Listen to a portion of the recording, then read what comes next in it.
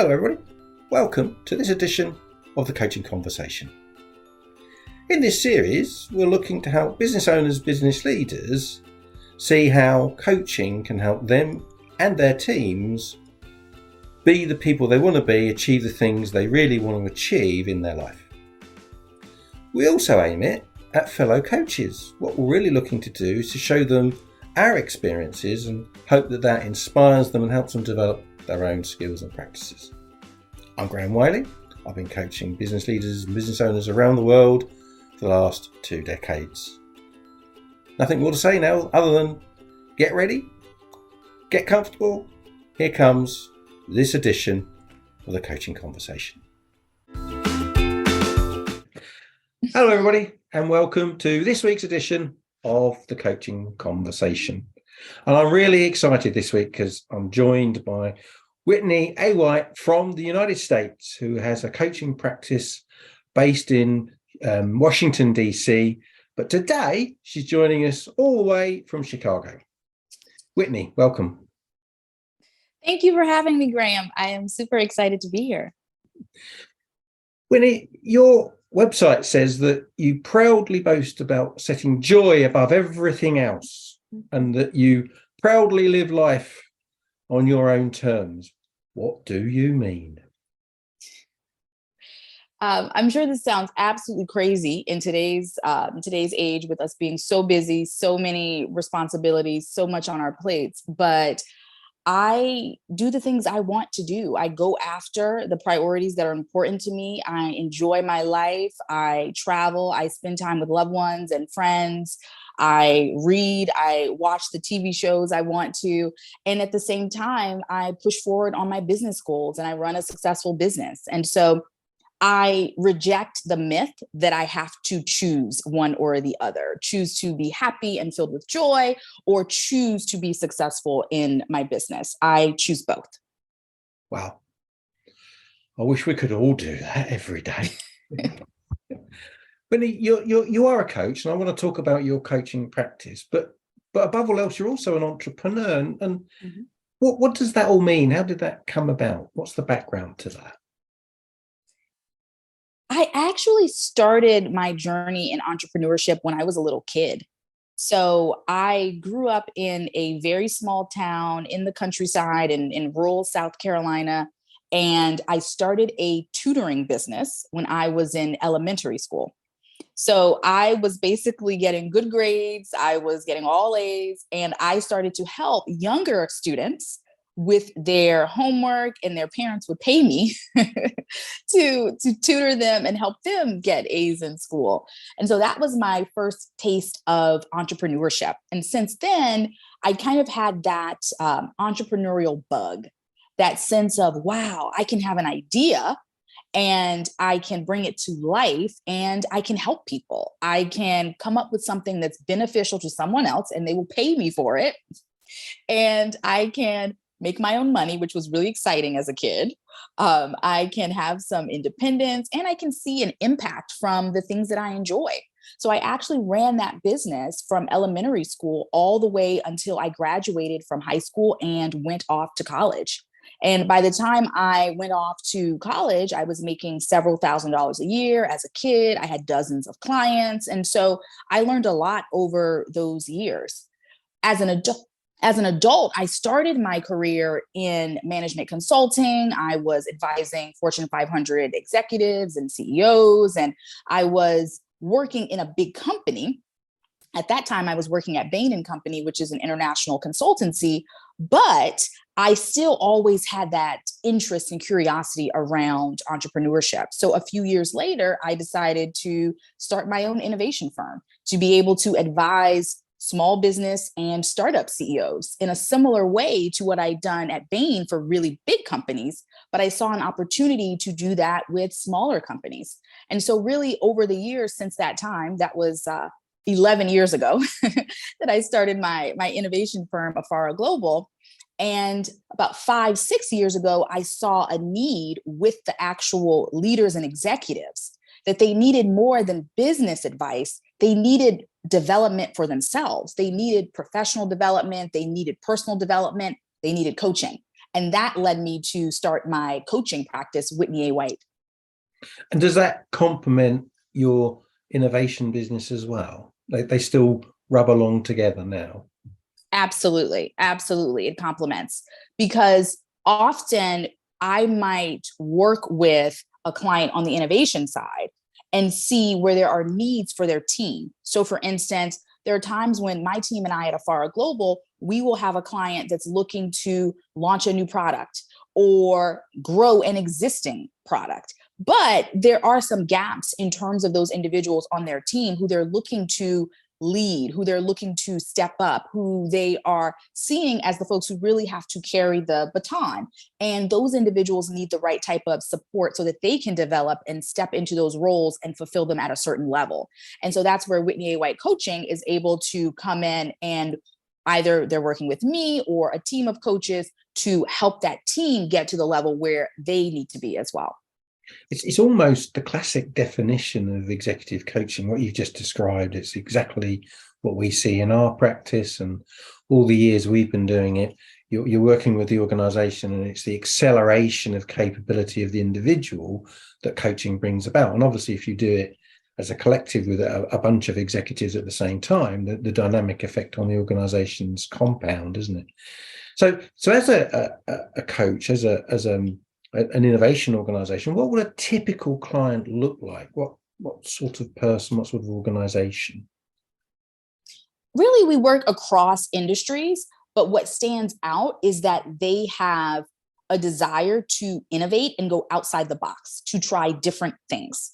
So because I have this innovation mindset and this background in innovation, I really do approach things in a certain way. And my entire team does, because we set kind of the standard of here's how we go in and here's our approach. And so everything is always about what works.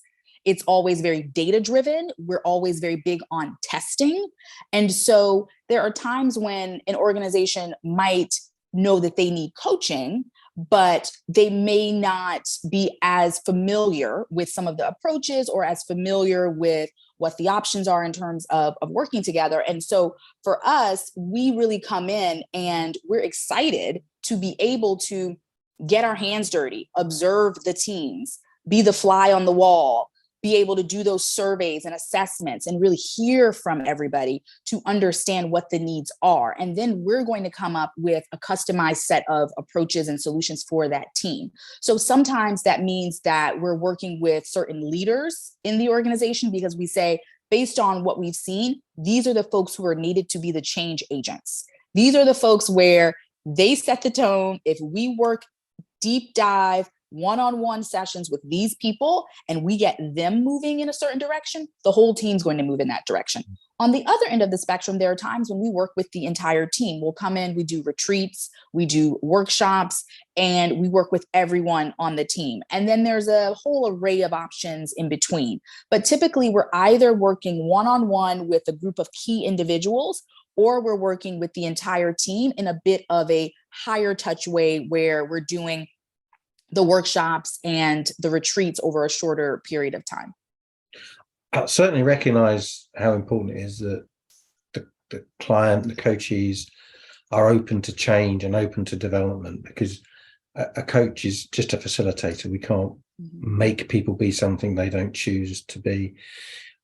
We live in very strange times, don't we? There's been an awful lot of unusual things happen around the world and around our economies in the last 2 to 3 years. Are you, as a coach, seeing any emerging themes? Is there something that you're bumping into more frequently than perhaps you used to? Absolutely. I will say that in the past couple years, we've seen more and more burnout. We've seen more and more frustration, where team members and leaders are feeling like they are stretched very, very thin, where they're feeling like not only are they stretched thin at work, but they're also stretched very thin at home. And everything is blending together, and they're finding it hard to really handle the things they need to in their personal life, frankly, and yet also show up the way that they need to and the way that they are expected to at increasingly high levels at work. And so it's actually one of the reasons why in the past couple of years, we've seen increasing demand for my signature program, Take Back Your Time.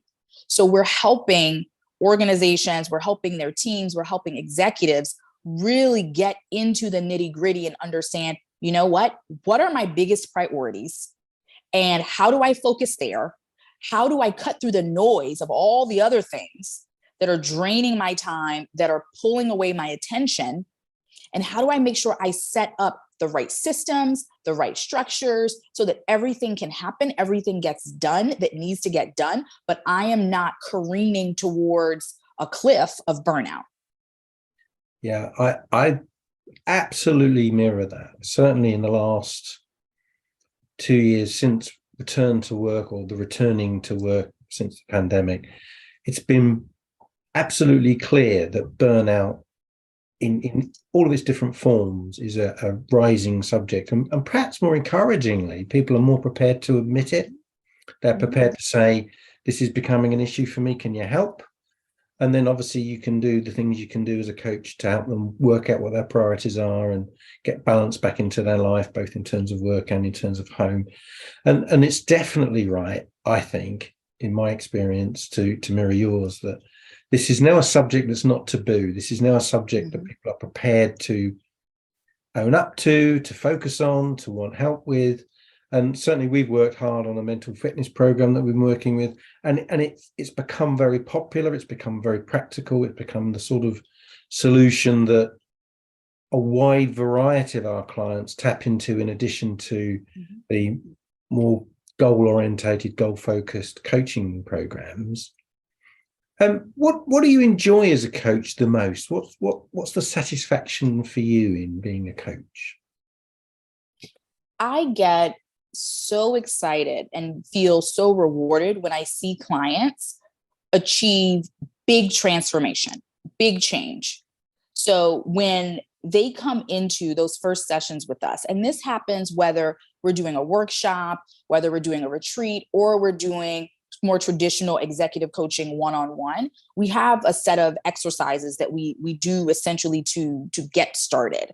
And a part of that is really casting a vision, a very clear vision across all the major parts of their life, because we really do come at it from a holistic standpoint to make sure that we're not only looking at work because what's outside of work can impact work. So we set a holistic vision, and without fail, clients always look at it and they say, okay, yeah, this is what I want, but get real. There's no way I can have all of these things at the same time. There's no way I can do this and that and this. It's not really possible. So they always feel like it's not possible for them to accomplish the things that they truly want, all of the things. I get so excited when months later or a year later, depending on what it is they set out to do, they look back and they're like, oh my goodness, I can't believe it. I'm actually doing those things. And I get excited not only because they're actually doing the things they want to be doing, they're showing up the way they want to at work, they're showing up the way they want to in their personal life, they're taking better care of their health and their wellness. Not only am I excited about that, but I'm excited because now they know that they can actually accomplish whatever it is that they want if they've got the right support and the right tools. Because what can happen over time, and I see this with so many talented professionals, we are pulled in so many different directions day to day. We can feel overwhelmed. We're in the rat race, and we start to question, is it me? Am I the problem? Am I not able to take care of everything because there's something wrong with me? Is it that, I've lost my edge? I'm not as sharp as I was before. I had a client yesterday say, I'm not the, 20 something that I was before, right? So we start to think, is it me? Is there something wrong with me? But no, it's as you evolve in your career and as the world around you changes, you will need different tools, different approaches, different resources. And so when they have that accomplishment, they are not only having that transformation in the moment, they are also realizing I can do anything I want. I simply need the right resources, the right support, the right tools. We certainly work encouraging coaches to work on fairly audacious goals for the program. Be brave, aspire to greater things. And you're right, looking back towards the end of a program, you sometimes have to pinch yourself and get them to pinch themselves as to how far they've come and the life they're living now compared to the life they were living before. And you're almost reminding them of dark days, which is a little sad, but it is quite incredible. The program can do so much for different people if they choose to go with it. They've got to want what they've agreed they're going to work on, and they've got to want to work with you to achieve it. But when that happens, when that magic comes together, it is really, really fantastic. How do you keep your practice fresh? How do you keep things new and innovative for you and for your clients? I think my innovation background is what really influences that the most, because from an innovation standpoint, I'm always super curious, always looking at the data, always trying to understand what is the new or the most pressing pain point? What is the issue that folks are facing? What are those biggest challenges that are most pressing in that particular moment? And so one of the things that we are really big on in my coaching practice is that when a client is done with a program, they're not done with us in terms of support. So they are still a part of our community. So we have a private online community. Clients are able to interact with one another in there. There's a process that we teach all of our clients who go through Take Back Your Time or who go through our corporate coaching programs, where they can do something we call regularly scheduled maintenance. So it is a monthly process where it's a checkup that they can do. And they can always share that back with our team of coaches. And we will always give them feedback on that. They could have worked with us years ago. And we always will give them feedback and give them pointers and support them in an ongoing basis. That also helps us because we can understand how needs are changing, how needs are evolving, new things that are coming up for, we call them alumni, people who've completed the program. So we keep our finger on the pulse of what's happening within our alumni community and in the industry more broadly. But what we're able to do, because we're so close to those alumni, we can identify new needs. And what we do is the same things that we did for previous programs. We will do the research, we'll do interviews, we will test curricula. And then once we see, okay, this works to address this issue that's popping up for people, we will roll out a pilot and then we will expand on that new program. And so that's how over the years we have added additional programs. Got it.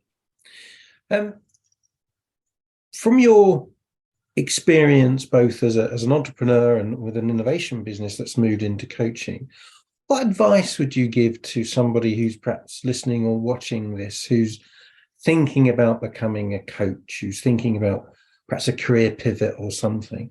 What tips would you have for them? I would absolutely say start with your why. Why are you driven to coaching? Why are you driven to that other profession? If it's not coaching, whatever it is that you're excited about, that you're interested in, really tapping into that why, because anytime you're making a shift as far as career, profession, there are going to be challenges. And so being really rooted in what's the motivation? Why am I driven to do this? That's going to help you on those challenging days to be able to remind yourself of why you wanted to get into this in the first place. Secondly, I would say get yourself a community of folks who have been there, folks who have done that, folks who really understand some of those key lessons learned that will help you so that you don't make certain mistakes, right? Like so many of your listeners, Graham, they're here because they know that you are so experienced as a coach. You are an expert coach. They want to learn from you. And so that's exactly what I'm saying. Get access, whether it's you're listening to a podcast like this, whether you are in a mastermind with a group of other coaches, whether you are, simply friends with people who are in that space, but get yourself a community where you can share, challenges you're facing, successes, but also hear from people who really have been there and they have experience they can share. Yeah, that's definitely a great tip. That making sure you're doing it because you've got energy and drive and desire, and then surround yourself with people who can help you. That's definitely a great tip. Thanks, Whitney. Your practice, as I said at the beginning, is based in Washington, D.C.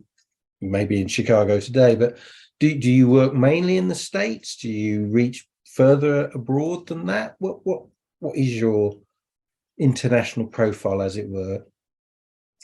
I work with clients all over, and it's actually one of the benefits of technology that we've had from the early days of the coaching practice. We've had clients obviously in the States, we have clients across Europe, we have clients on the African continent, we have had clients in Latin America.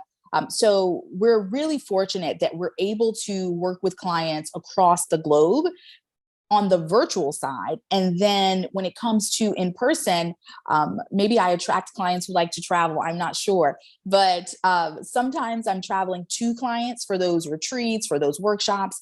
And I also host retreats and workshops in different locations around the world. So I actually spend most of my time when I'm not in the US, it's in Europe. In Western Europe, I've had events in Italy, events in France. I have clients in the US who, even though they're not based in those countries, they love to come. Those are beautiful places to travel to. So my American clients also like to come and be in those wonderful places. And then I have events in the US as well.